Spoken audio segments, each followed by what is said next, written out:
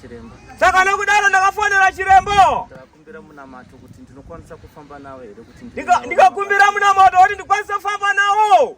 Takafamba zvakanaka tikauya kuno tikanamatirwa. Takafamba zvakanaka tikaenda kuno tikakwanisa kunamatirwa. Chiremba vakati dambudziko ramunaro.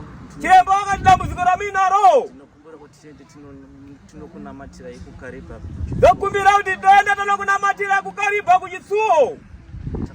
Takasvikako tikanamatirwa. Takasvikako tikanamatirwa. Ndinoda kutenda kuti hanzvadzi yangu panguva ino. Ndinoda kutenda kuti hanzvadzi yangu panguva ino akutaura zvakanaka. Akutaura zvakanaka. Dambudziko rakapera. Ngavasimuke vauye huyai kuno. Vari pano. Ndakataura nyaya iyi isandi yapfuura. Ndakataura nyaya iyi isandi yapfuura. Ndine kuchitsuwa ndoda kuenda nemi. Ndikati ndachitsuwa kwandoda kuenda nemi. Ndine kuchitsuwa. Kwandoda kuenda nemi. Ndine changu chiruKariba. Chandinotikana zvarema.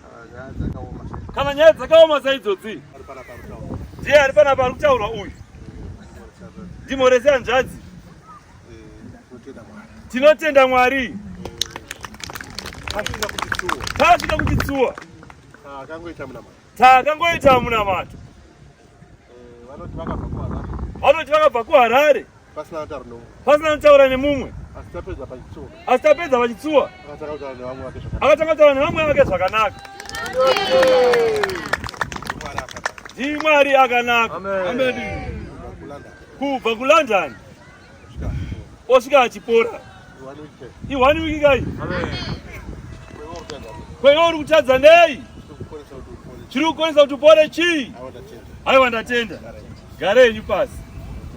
Tinotenda Mwari. Uri panapa here? Uri panapa here? Woramba kuti handina mweya. Unopenga. Woti handina mweya pakadai?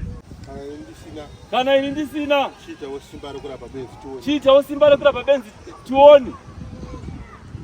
Sandizvo here? Izvozvo.